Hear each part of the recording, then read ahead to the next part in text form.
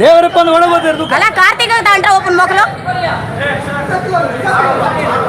ಹೋರಾಟ ಮಾಡಿದ ಕಾರಣ ಒಂದು ನಮ್ಮ ಮೇಲೆ FIR ಆಯಿತು, 395 ಸೆಕ್ಷನ್ ಹಾಕಿದರು. ಅದು ಎಲ್ಲ ಒತ್ತಡದಲ್ಲಿ, ನಮ್ಮವರ ಒತ್ತಡದಲ್ಲೇ ಹಾಕಿಸಿ ನಮ್ಮನ್ನು ಒಳಗಟ್ಟುವಂಥ ಪ್ಲ್ಯಾನ್ ಆಗುತ್ತೆ, ಮುಗಿಸುವ ಪ್ಲ್ಯಾನ್ ಅಂದರೆ ಲೀಡರ್ಶಿಪ್ಪಲ್ಲಿ ದರೋಡೆ ಪ್ರಕರಣ. ನಮ್ಮಲ್ಲಿದ್ದು ಭಕ್ತಿಯನ್ನು ನಾವು ಮನೆಯಲ್ಲಿ ಹಂಚಿಕೊಂಡು ಹೋಗಬೇಕು. ನಮ್ಮ ಟೀಮ್ ಆಗಿತ್ತು, 5,000 ಜನ ವರ್ಕರ್ಸ್ಗಳಿದ್ದರು. ಯಾವುದು ಹೋಟೆಲ್ ವರ್ಕರ್ಸ್ಗಳು ಮಂಗಳೂರಲ್ಲಿ. ರಾತ್ರಿ 12ರಿಂದ 1 ಗಂಟೆ ಅಲ್ಲ ಆಗಲೂ ಬಡದಾಟದಲ್ಲೆಲ್ಲ ಇದ್ಕೊಂಡು ಅದೆಲ್ಲ ಕಿರಿಕಿರಿ ತಗೊಂಡು ಆಗ ಕೇಸ್ ತಗೊಂಡು 37 ದಿನ ಜೈಲು ವಾಸ ಆಗಿ ಹೊರಗೆ ಬಂದ ಮೇಲೆ ನಾನು ಅಹಿಂಸಾ ತತ್ವವನ್ನು ಕೈಗೆತ್ಕೊಂಡಿದ್ದು. ನಮಗೊಂದು ಹಿಂದುತ್ವ ಅಂತ ಹೇಳಿದ್ರೆ ನಮ್ಮ ರಕ್ತದಲ್ಲಿ ನಾವು ಕೇಸರಿ ಶಾಲು ಹಾಕಿದ ತಕ್ಷಣ ಅದು ಏನು ಹೇಳ್ತಾರೆ ಗೊತ್ತುಂಟೆ, ಟ್ರೆಂಡೇ ಬೇರೆ ನಮಗೆ.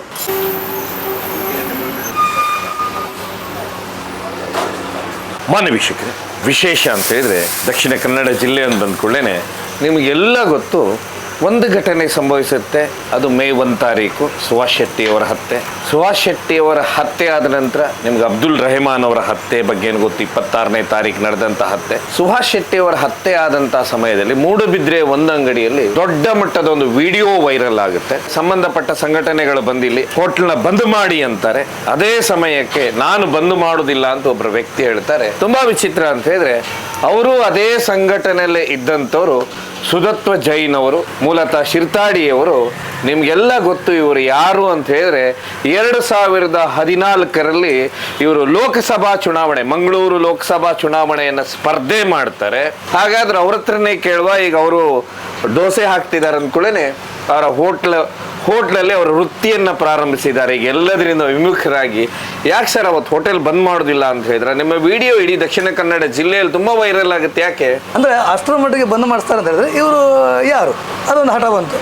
ಕೋಮು ಹತ್ಯೆಗಳು ನಡೆದಾಗ ದಕ್ಷಿಣ ಕನ್ನಡ ಜಿಲ್ಲೆಯಲ್ಲಿ ವಿಶೇಷವಾಗಿ ಸುಮಾರು ಅಂಗಡಿಗಳಲ್ಲಿ, ಅಂದ್ರೆ ಅವತ್ತಿನ ದಿವಸ ಇಡೀ ದಕ್ಷಿಣ ಕನ್ನಡ ಜಿಲ್ಲೆ ದಿವಸ ಬಂದಿರುತ್ತೆ, ಅದೇ ಇರೋದಿಲ್ಲ. ಯಾಕಿದು? ಕೆಲಸಕ್ಕೆ ಬಾರದವರು ಕೆಲವೊಂದು ವಿಚಾರಗಳನ್ನ ಇಟ್ಕೊಂಡು ಸೆಕ್ಯೂರಿಟಿ ಈ ರೀತಿಯ ಒಂದು ವ್ಯವಸ್ಥೆಗಳನ್ನ ಮಾಡ್ಕೊತಾರೆ. ಕೆಲಸಕ್ಕೆ ಬಾರದ ವ್ಯಕ್ತಿಗಳು, ಸಮಾಜಕ್ಕೆ ಘಾತಕ ಆಗಿರೋ ವ್ಯಕ್ತಿಗಳು ಈ ರೀತಿಯಲ್ಲಿ ಒಂದು ಧರ್ಮ ಸಂಘರ್ಷಣೆ ಮಾಡ್ಕೊಂಡು ಮಾಡ್ತಾರೆ. ಕೆಲಸ ಇಲ್ಲದವರು, ಕೆಲಸ ಇರೋರು ಅಂತ ಅದಕ್ಕಂತೂ ಹೋಗೋದೇ ಇಲ್ಲ, ಅದು ಪಕ್ಕ. ಇದು ಸಂಘಟನೆಯಲ್ಲಿ ಇದ್ದಂಥವ್ರು, ಅದರಲ್ಲಿ ತುಂಬಾ ದುಡ್ದಂಥವ್ರು, ಈಗ ನೋಡಿದ್ರೆ ಹೋಟೆಲ್ ವೃತ್ತಿ ಮಾಡ್ತಾ ಇದ್ರ, ಅದನ್ನು ಬಂದ್ ಮಾಡೋದ್ರ ವಿರೋಧಿಸ್ತೀರಾ? ಯಾಕೆ? ಕಾಲದಲ್ಲಿ ಸಂಘ ಅಂತ ಹೇಳಿದ್ರೆ ಸಮಾಜಕ್ಕಾಗಿ ಸರ್ವಸ್ವ, ಸ್ವಂತಕ್ಕಾಗಿ ಸ್ವಲ್ಪ ಅಂತ ನಾನು ನೋಡ್ಕೊಂಡು ಬಂದದ್ದು.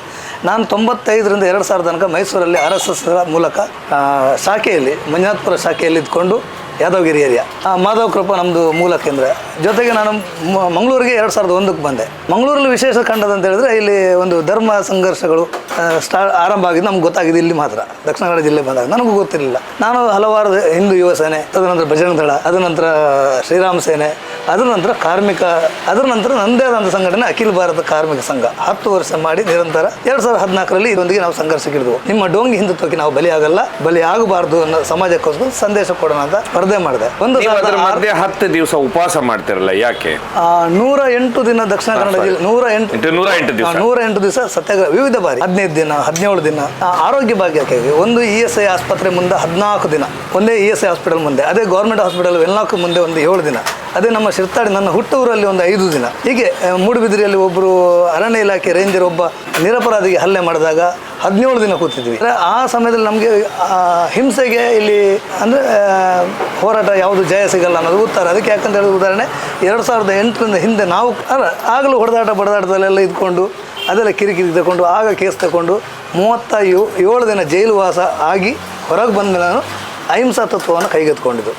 ಅಂದರೆ ಹಿಂಸೆಯಲ್ಲಿ ಇಲ್ಲಿ ಯಾವುದಕ್ಕೂ ಗೆಲ್ಲಕ್ಕಾಗಲ್ಲ, ಅಹಿಂಸೆಯಿಂದ ಗೆಲ್ಬೋದು ಅಂತ. ಅಹಿಂಸೆಯಲ್ಲಿ ನಾವು ಸುಮಾರು ಗೆದ್ದಿದ್ದೇವೆ. ಅಲ್ಲ, ಈಗ ಈ ಹತ್ಯೆಗಳು ನಡೀತಾವಲ್ಲ, ಈಗ ಕೋಮು ಹತ್ಯೆಗಳು ಈ ದಕ್ಷಿಣ ಕನ್ನಡ ಜಿಲ್ಲೆಯಲ್ಲಿ, ಇದರಿಂದ ಯಾರಾದ್ರೂ ಯಾವ್ದಾದ್ರು ಧರ್ಮವನ್ನ ಸರ್ವನಾಶ ಮಾಡ್ಲಿಕ್ಕೆ ಸಾಧ್ಯನಾ? 100ಕ್ಕೆ 100 ಭಾಗ ಇವರು ಧರ್ಮ ರಕ್ಷಕರಲ್ಲ. ಒಂದು ಪಂಗಡವನ್ನು ಒಂದು ಪಂಗಡಕ್ಕೆ ಎತ್ತಿಕಟ್ಟುವಂಥದ್ದು ಕೆಲಸ ನಡೀತಾ ಇರೋದು. ಇದು ಧರ್ಮ ರಕ್ಷಕರ ಕೆಲಸ ಅಲ್ವೇ ಅಲ್ಲ. ಧರ್ಮ ರಕ್ಷಕರ ಕಷ್ಟ ರಕ್ಷಣೆ ಅಂತ ಮನೆಯಲ್ಲಿ, ಧರ್ಮ ರಕ್ಷಣೆ ಕೆಲಸ ಮನೆಯಲ್ಲಿ, ಮನೆಯೊಳಗೆ ಆಗಬೇಕು. ಅದಕ್ಕೆ ಉದಾಹರಣೆ ಕೊರೋನಾ ನೋಡಿ. ಕೊರೋನಾ ಟೈಮಲ್ಲಿ ನಮಾಜನ್ನು ಸಮೇತ ಮನೆಯೊಳಗೆ ಇರಿಸ್ತು. ಇಡೀ ಭಜನ ಯಾವುದೇ ದೇವರ ಪೂಜೆ ಕಾಯಿಂಕಾರ್ಯ ಎಲ್ಲವನ್ನ ಮನೆಯೊಳಗೆ ಗುರುಸ್ತು. ಅದು ಕರೆಕ್ಟ್ ಇದೆ. ಬಹಿರಂಗವಾಗಿ ಆಗುವಂಥದ್ದು ಇದು ಏನು ಮಾಡ್ತಾ ಇದ್ದಾರೆ, ಇದೊಂದು ಡಂಬರಾಟ ನನ್ನ ಪ್ರಕಾರ. ಅಂದರೆ ನೀವು 2001ರಲ್ಲಿ ಬರ್ತೀರಲ್ಲ ದಕ್ಷಿಣ ಕನ್ನಡ ಜಿಲ್ಲೆಗೆ, ಏನು ನೋಡ್ತೀರಾ ಅಂಥದ್ದು ಸಮಸ್ಯೆಗಳನ್ನು ನೀವು? ದಕ್ಷಿಣ ಕನ್ನಡ ಜಿಲ್ಲೆಯಲ್ಲಿ ಬಂದಾಗ ನನಗೂ ಒಂದು ಹುಮ್ಮನಸ್ ಇದ್ದದ್ದು ಅಂತ ಹೇಳಿದ್ರೆ ಹಿಂದುತ್ವ ಜೋಶ್ ಇತ್ತು. ಯಾಕಂದರೆ ಇಲ್ಲಿ ನಮಗೊಂದು ಹಿಂದುತ್ವ ಅಂತ ಹೇಳಿದ್ರೆ ನಮ್ಮ ರಕ್ತದಲ್ಲಿ ನಾವು ಕೇಸರಿ ಶಾಲು ಹಾಕಿದ ತಕ್ಷಣ ಅದು ಏನು ಹೇಳ್ತಾರೆ ಗೊತ್ತುಂಟೆ, ಟ್ರೆಂಡೇ ಬೇರೆ ನಮಗೆ. ಅಂದರೆ ನಾವಾಗಿರಲ್ಲ ಆಗ ಒಂದು ಪ್ರಕಾರ, ಒಂದು ಏನೋ ಒಂದು ನಾವು ರಕ್ಷಕರು. ಇಲ್ಲಿ ಧರ್ಮ ರಕ್ಷಕರು ನಮ್ಮನ್ನು ಉಪಯೋಗಿಸ್ಕೊಳ್ಳೋದು ಮತ್ತೆ ಮತ್ತೆ ಗೊತ್ತಾಗೋದು. ಆಗ ನಮಗೆ ದುಡಿದಂಥ ಹಿಂದೂ ಕಾರ್ಯಕರ್ತರಿಗೆ, BJP ಕಾರ್ಯಕರ್ತರಲ್ಲ, ಹಿಂದೂ ಕಾರ್ಯಕರ್ತರಿಗೆ ಎಷ್ಟು ನೋವಾಗಿಲ್ಲ. ಒಂದು ಇದೆಲ್ಲ ನಾವು ಗಮನದಲ್ಲಿ ಇಟ್ಕೊಂಡು ನಾವು ಯಾವಾಗ ಒಂದು ತಾಳ್ಮೆಯಲ್ಲಿ ಇರಬೇಕು. ಆ ತಾಳ್ಮೆ ಯಾವುದಾದ್ರೂ ಗಲಾಟೆಯಲ್ಲಿ ಭಾಗವಹಿಸಿದ್ರೆ ಏನಾದರೂ ಸಮಸ್ಯೆಗಳಲ್ಲಿ ನಾನು ಗಲಾಟೆಯಲ್ಲಿ ಭಾಗವಹಿಸೋದು ಜಾಸ್ತಿ. ನಾವು ಈ ಕಾರ್ಯಕರ್ತರಾಗಿ ಏನೆಲ್ಲ ಮಾಡಬೇಕಿತ್ತು ಆಗಿನ ಕಾಲದಲ್ಲಿ, ದುಡಿಬೇಕಿತ್ತು, ಅದೆಲ್ಲ ಮಾಡ್ತಿದ್ವು. ಪೊಲೀಸರ ಏಟುಗಳು, ಪೊಲೀಸರೊಟ್ಟಿಗೆ ಸಂಘರ್ಷ ಎಲ್ಲ ನಡೆದಿದೆ. ದನದ ರುಂಡದ ಗಲಾಟೆ ಆದಾಗ ಶರವು ದೇವಸ್ಥಾನ, ಶರವು ದೇವಸ್ಥಾನದ ಮುಂದೆ ಇಡ್ತಾರೆ. ಆಗ ಇಡೀ ಜನರನ್ನು ಒಟ್ಟಿಗೆ ಮಾಡ್ತೀವಿ. ಇಲ್ಲಿ ಮುಂಚೂಣಿಯಲ್ಲಿ ಆಗ ಇಲ್ಲಿ ಬಂದರ್ ಸ್ಟೇಷನಲ್ಲಿ ಮಂಜುನಾಥ್ ಅಂತ ಇರ್ತಾರೆ, ಈಗ ತೀರಿ ಹೋಗಿದ್ದಾರೆ. ಅವರು ಬಂದಾಗ ಅಂದ್ರೆ ಅಲ್ಲಿ ಬಂದ್ಬಿಟ್ಟು ಇದನ್ನೆಲ್ಲ ಜನಗಳನ್ನೆಲ್ಲ ಕಳಿಸಿ ಅಂತ ಹೇಳಿ ಆಗ ನಾವೆಲ್ಲ ನೇತೃತ್ವ ತಗೊಂಡು ಕಳಿಸಿದ್ದು. ಎಲ್ಲರೂ ಡಿಸ್ಪ್ಯಾಚ್ ಮಾಡಿ, ಇಲ್ಲೆಲ್ಲ ಲಾಠಿ ಚಾರ್ಜ್ ಮಾಡ್ತಾರೆ. ಆ ಕೆಪಾಸಿಟಿ ಇದ್ಕೊಂಡು ನಾವೆಲ್ಲ ಮಾಡಿ ಇಟ್ಟವ್ರು ಯಾರು ಇಟ್ಟವರು ಯಾರು ಅಂತ ಮತ್ತೆ ಅವ್ರು ಪತ್ತೆ ಹಚ್ಚುವಲ್ಲಿ ವಿಫಲರಾಗಿದ್ರೆ ಅದು ಫೇಲ್. ಯಾರು ಇಡ್ತಾರೆ ಯಾರು ಬಿಡ್ತಾರೆ ಗೊತ್ತಾಗಲ್ಲ. ಒಟ್ಟಿನಲ್ಲಿ ನಿಮಗೆ ನೀವೇನಂತೀರಿ, ಯಾರು ಇಟ್ಟಿರ್ಬೋದು ಅಂತೀರಾ, ಅಥವಾ ಏನಾದರೂ ಒಂದು ರಾಜಕೀಯ ಪಿತೂರಿಯಾ? ರಾಜಕೀಯ ಪಿತೂರಿಗಳು. ಅವ್ರಿಗೊಂದು ಸಂಘರ್ಷಕ್ಕೆ ಒಂದು ಉತ್ತರ ಬೇಕು ಅಥವಾ ಏನೋ ಒಂದು ದಾರಿ ಬೇಕು, ಅದಕ್ಕೆ ಮಾಡ್ಕೊಂಡಿರ್ತಾರೆ. ರಾತ್ರೋರಾತ್ರಿ ಇಟ್ಟು ಹೋದ್ರೆ ಯಾರು ಗೊತ್ತಾಗ್ತದೆ? ಅದರ ಹಿಂದೆ ಹೋಗುವವರು ಯಾರು ಇರ್ತಾರೆ? ಮೂಲಭೂತ ಸಮಸ್ಯೆಗಳೇ ಜಾಸ್ತಿ ಇರಬೇಕಾದ್ರೆ ಇದರ ಹಿಂದೆ ಯಾರು ಹೋಗ್ತಾರೆ? ಒತ್ತಾಯ ಮಾಡಿದ್ರೆ ಮಾತ್ರ ಹೋಗ್ತಾರೆ. ಅಲ್ಲ, ಯಾಕಂತ ಹೇಳಿದ್ರೆ ನಾವು ಹಿಂದೆ ಕೇಳ್ತಾ ಇದ್ದು, ಹಿಂದೆ ಅಂತ ಹೇಳಿದ್ರೆ ದನದ ಮಾಂಸದ ಒಂದು ಪ್ಯಾಕೆಟು, ಹಾಗೆ ಇನ್ನೊಂದು ಹಂದಿ ಮಾಂಸದ ಒಂದು ಪ್ಯಾಕೆಟನ್ನು ಇಟ್ಟು, ಇನ್ನೇನು ಮೊದಲು ಅಂತ ಹೇಳಿದ್ರೆ ಹಿಂದಿನ ಚುನಾವಣೆಗಳಲ್ಲಿ ಚುನಾವಣೆ ಬರುತ್ತಂದು ಕೂಡಲೇ ಏನು ಮಾಡೋದು ಅಂತ ಹೇಳಿದ್ರೆ ಅದನ್ನು ದೇವಸ್ಥಾನದ ಮುಂದೆ ಹಿಡಿದು ಇದು ಮಸೀದಿ ಮುಂದೆ ಇಟ್ಟು ಹೋಗುವಂಥ ಒಂದು ಪದ್ಧತಿ ಇತ್ತು. ಅಲ್ಲ, ಇರ್ಬೋದು, ಇದೆ. ಯಾಕಂದರೆ ಈಗಲೂ ಅಷ್ಟೇ ಬೇರೆ ಸಂಘಟನೆ ಮಾಡಲಿಕ್ಕೆ ಅವರಿಗೆ ಗೊತ್ತಿಲ್ಲ. ಅದೊಂದು ದಾರಿಯಲ್ಲಿ ಸಂಘಟನೆ ಮಾಡ್ಕೊಂಡು ಹೋಗ್ಬೋದು. ಯಾಕಂದರೆ ಅದಕ್ಕೆ ಬೇಕಾದ ಒಂದು ಫ್ಯಾಕ್ಟ್ರಿ ಇದೆ.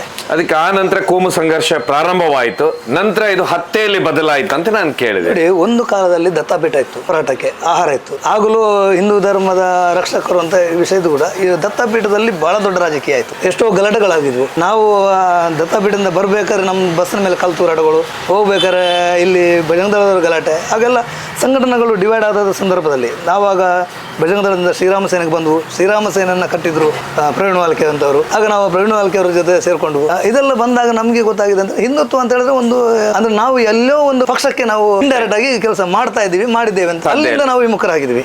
ಅಂದ್ರೆ ನಮ್ಮನ್ನ ಬಳಸ್ಕೊಳ್ಳುವಂತ ಒಂದು ಅದು ಡೋಂಗಿ. ಅಲ್ಲಿ ಯಾರು ಈ ಮರಳುಗಾರಿಕೆ ಡಬಲ್ 2 ನಂಬರ್ ದುಡ್ಡು ಮಾಡೋರೇ ಜೀವನ ಮಾಡೋದ ದೊಡ್ಡ ದೊಡ್ಡ ಈಗ ನಮಗೆ ಕಣ್ಣು ಕಾಣ್ತಾರೆ. ಇವತ್ತು ಈ ದಕ್ಷಿಣ ಕನ್ನಡ ಜಿಲ್ಲೆಯಲ್ಲಿ ಬಹಳ ವರ್ಷಗಳಿಂದ ನಾವು ಹೇಳ್ತಿದ್ವು ಅನಧಿಕೃತ ಕಲ್ಲುಕೋರೆ ನಿಲ್ಬೇಕು, ಅನಧಿಕೃತ ಮರಳು ಮಾರಾಟ ನಿಲ್ಬೇಕು, ಎಲ್ಲವೂ ನಿಂತಿದೆ. ಈಗ ಯಾಕೆ ನಿಂತು ಹೇಗೆ ನಿಲ್ಲಿಸಿದ್ರು? ಹಾಗಾದ್ರೆ ಅಧಿಕೃತ ಅನಧಿಕೃತ ಎರಡು ನಿಂತಿದೆ. ಹಾಗಾದ್ರೆ ಯಾರ ಕೈಯಲ್ಲಿ ಈ ಸಲ ಇಲ್ಲಿ ನೋಡಿ, ಒಂದು ಕಾಲದಲ್ಲಿ ಕಾಂಗ್ರೆಸ್ನವರ ಕೈಯಲ್ಲಿ ಇತ್ತದು, ಈಗ ಬಿಜೆಪಿ ಕೈಯಲ್ಲಿ ಇಟ್ಟು. ಹಾಗಾದ್ರೆ ಇವರ ಒಳಗಿರೋ ರಾಜಕೀಯದಲ್ಲಿ ಇವರಿಗೆ ಬೇಕಾದ ರೀತಿಯಲ್ಲಿ ಎಲ್ಲ ಬಂದಾಗುತ್ತೆ. ಒಳ್ಳೇದೇ ಮಾಡಿದ್ದಾರೆ, ಬಂದ್ ಮಾಡಿಸಿದ್ದಾರೆ. ಜುಗಾರಿ ಬಂದಾಗಿದೆ, ಇದು ಪರ್ಮನೆಂಟ್ ಬಂದ್ ಆಗುತ್ತಾ? ಇಲ್ಲ. ಒಂದಲ್ಲ ಒಂದು ದಿವಸ ಈಗ ಬೆಂಗಳೂರಿಗೆ ಹೋಗಿದೆ ಮೀಟಿಂಗಿಗೆ, ಅಲ್ಲಿ ಓಪನ್ ಆಗ್ಬೋದು. ಮತ್ತೆ ಅಂದರೆ ಇವರಿಗೆ ಬೇಕಾದ ಒಂದು ಏನು ಸೆಟಲ್ಮೆಂಟ್ಗೆ ನಾನು ಅವತ್ತು ಹೇಳಿದ್ದೆ, ಒಂದೇ ನಾಣ್ಯದ 2 ಮುಖಗಳು ಅಂತ, ಕಾಂಗ್ರೆಸ್ ಮತ್ತು ಬಿಜೆಪಿ. ಒಂದು ಹಣ, ಒಂದು ದೇಶ. ನೀವಾದ್ರೆ ಯಾವ ಪಾರ್ಟಿ ಕೆಲಸ ಮಾಡಿದ್ರೆ? ನಾನು ಯಾವುದೇ ಪಾರ್ಟಿಗೆ ಕೆಲಸ ಮಾಡಿಲ್ಲ, ಹಿಂದೂ ಆಗಿ ಕೆಲಸ ಮಾಡಿದ್ದೀನಿ. ಯಾವುದು ಇಲ್ಲ. ನಾವು ತಿಳ್ಕೊಂಡದ್ದು ಏನಂತ ಹೇಳಿದ್ರೆ ಧರ್ಮ ರಕ್ಷಣೆ ಅಂತ ಹೇಳಿದ್ರೆ ನಮ್ಮ ಮನೆಯಲ್ಲಿ ನಾವು ಭಜನೆ ಮಾಡ್ಕೋಬೇಕು. ನಮ್ಮದೊಂದು ಟೀಮ್ ಇತ್ತು, ಭಜನೆ ಮಾಡ್ಕೊಂತ, ರಾಮ ಭಜನೆ, ಈ ರೀತಿ ಅದೊಂದು ಧರ್ಮ ರಕ್ಷಣೆ ಅಂತ ನಾವು ತಿಳ್ಕೊಂಡದ್ದು. ನಮ್ಮಲ್ಲಿದ್ದು ಭಕ್ತಿಯನ್ನು ನಾವು ಮನೆಯಲ್ಲಿ ಹಂಚ್ಕೊಂಡು ಹೋಗಬೇಕು. ನಮ್ಮ ಟೀಮ್ ಆಗಿತ್ತು, 5,000 ಜನ ವರ್ಕರ್ಸ್ಗಳಿದ್ರು. ಯಾವುದು ಹೋಟೆಲ್ ವರ್ಕರ್ಸ್ಗಳು ಮಂಗಳೂರಲ್ಲಿ. ರಾತ್ರಿ 12ರಿಂದ 1 ಗಂಟೆ 2 ಗಂಟೆವರೆಗೆ ಮೀಟಿಂಗ್ ಆಗ್ತಿತ್ತು. ಬೈಠಕ್ ಇಲ್ಲಿ ಡೊಂಗರಗಿರಿಯಲ್ಲಿ ಪ್ರವೀಣ್ ವಾಲ್ಕೆಯವರ ಆಪೋಸಿಟಲ್ಲಿ ಡೊಂಗರಗಿರಿ 1,000 ಮಂದಿ ನಾವು ರಾತ್ರಿ 12 ಅದರದ್ದು ನೇತೃತ್ವದಲ್ಲಿ ಬೈಠಕ್ಗೆ ಒಂದು ಪ್ರವೀಣ್ ವಾಲ್ಕೆಯವರು ಇಲ್ಲ ಪ್ರಸಾದ್ ದತ್ತ ಅವರು ಬರ್ತಿದ್ರು. ಆಗ ನಾನು ಅದರದ್ದು ಉಸ್ತುವಾರಿ ನಾನಿದ್ದೆ. ಅದು ವರ್ಕರ್ಸ್ದು ಅಂದರೆ ಹೋಟೆಲ್ ವರ್ಕರ್ಸ್ನ ಒಂದು ಟೀಮ್, ಬಂಡಿಂಗ್ಸ್ ಕಟ್ಟಲಿಕ್ಕೆ, ಬ್ಯಾನರ್ ಕಟ್ಟಲಿಕ್ಕೆ ನಾವೆಲ್ಲ ಇದಕ್ಕೆಲ್ಲ ಬಳಕೆ ಆದವರು, ನಾನು ಕೂಡ ಸೇರಿದಂತೆ. ಯಾವುದು ಮೇಲೆ ಕಂಬಕ್ಕೆ ಹೋಗಿ ಫ್ಲಾಗ್ ಹಾಕುವಂಥದ್ದು, ಇಡೀ ಕೇಸರಿಮಯ ಬೆಳಗ್ಗೆ ಆಗೋಷ್ಟರಲ್ಲಿ ನಾವು ಮಂಗಳೂರಿನ ಹಿಂದೂ ಸಮಾಜೋತ್ಸವಕ್ಕಾಗಿ ಕೇಸರಿಮಯ ಮಾಡುವ ಜವಾಬ್ದಾರಿ ಎಲ್ಲಿ ಶಾಂತಿನಗರ ನಗರ, ನಿಮ್ಮ ಮಂಗಳೂರಲ್ಲಿ ಕಾವೂರಲ್ಲಿ ಶಾಂತಿನಗರ, ಗಾಂಧಿನಗರ ಇಂಥಂಥ ಏರಿಯಲ್ಲಿ ಕೇಸರಿಮಯ ಆಗಬೇಕು. ಒಂದೊಂದು ಎರಡೆರಡು ವ್ಯಾನಲ್ಲಿ ಕರ್ಕೊಂಡು ಹೋಗುವಂಥದ್ದು ಯಾರು ಕಾರ್ಮಿಕರನ್ನ. ಅಂದರೆ ಇಷ್ಟೆಲ್ಲ ಕೇಸರಿಮಯ ಮಾಡಿಕೊಂಡು ನಾವು ರಾತ್ರಿ ಬೆಳಗ್ಗೆ ಅವರು ಹೇಳ್ತಿದ್ರು ಅದು ಸೂತ ಜನಿಗೆ ಹೇಳ್ಬಿಡಿ ಅಂತ.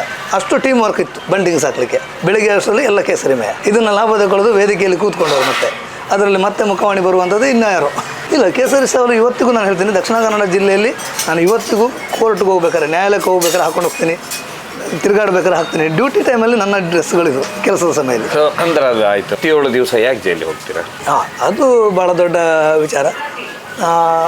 ಹಿಂದೂ ಧರ್ಮ ರಕ್ಷಣೆಯಲ್ಲಿ ಬಂದಾಗ ಯಾವುದೋ ಒಂದು JDU ಪ್ರೆಸಿಡೆಂಟ್ ಪೊಮ್ಮಂಜೂರಿನವರು ಅವರ ಮೇಲೆ ಹಲ್ಲೆ ಆಗ್ತದೆ. ಅದು ನನ್ನ ಹುಡುಗರು ಮಾಡಿದರು ಅಂತ ಆರೋಪ ಬಂದ್ಬಿಟ್ಟು ನಮ್ಮ ಹುಡುಗರನ್ನ ಫಸ್ಟ್ ನಮ್ಮನ್ನೇ ಕರ್ಕೊಂಡು ಅಲ್ಲಿ ಒಂದು ನಂಬರ್ ಬರೆದಿರ್ತಾರೆ ಅಂಗನವಾಡಿಯಲ್ಲಿ.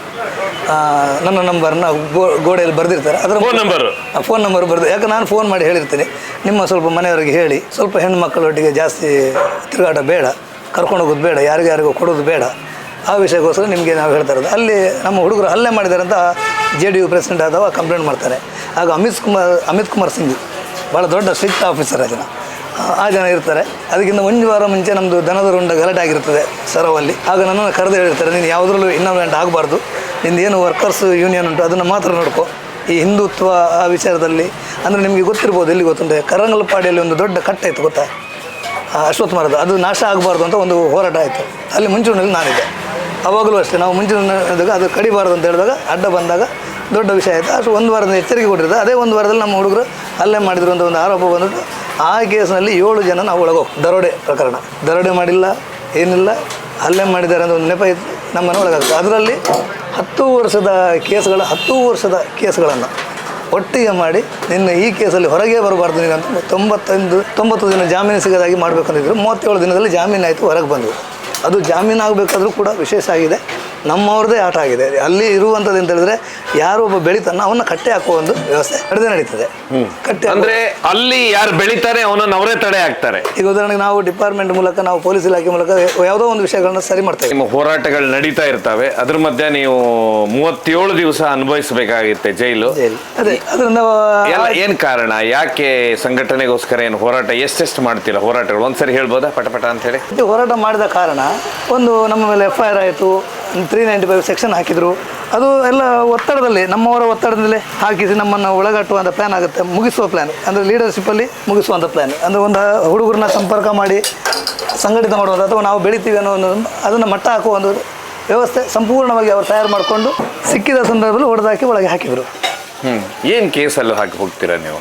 ದರೋಡೆ ಪ್ರಕರಣ 395 ನೋಡಿ, ನಮ್ಮ ಹಿಂದೂ ಕಾರ್ಯಕರ್ತರ ಮೇಲೆ 395 ಸೆಕ್ಷನ್, 407 ಸೆಕ್ಷನ್, 435 ಅಂದರೆ ಬೆಂಕಿ ಪ್ರಕರಣ, ಈ ರೀತಿಯೆಲ್ಲ ಪ್ರಕರಣಗಳು ಆಟೋಮೆಟಿಕ್ ದಾಖಲಾಗುತ್ತೆ. ನೀವು ಮಾಡದಿರಿ ಆಟೋಮೆಟಿಕ್ ದಾಖಲ, ಅದಕ್ಕೆ ಬೇಕಾದ ವ್ಯವಸ್ಥೆಗಳೆಲ್ಲ ಪೂರ್ವಯೋಜಿತವಾಗಿ ನಡೀತದೆ.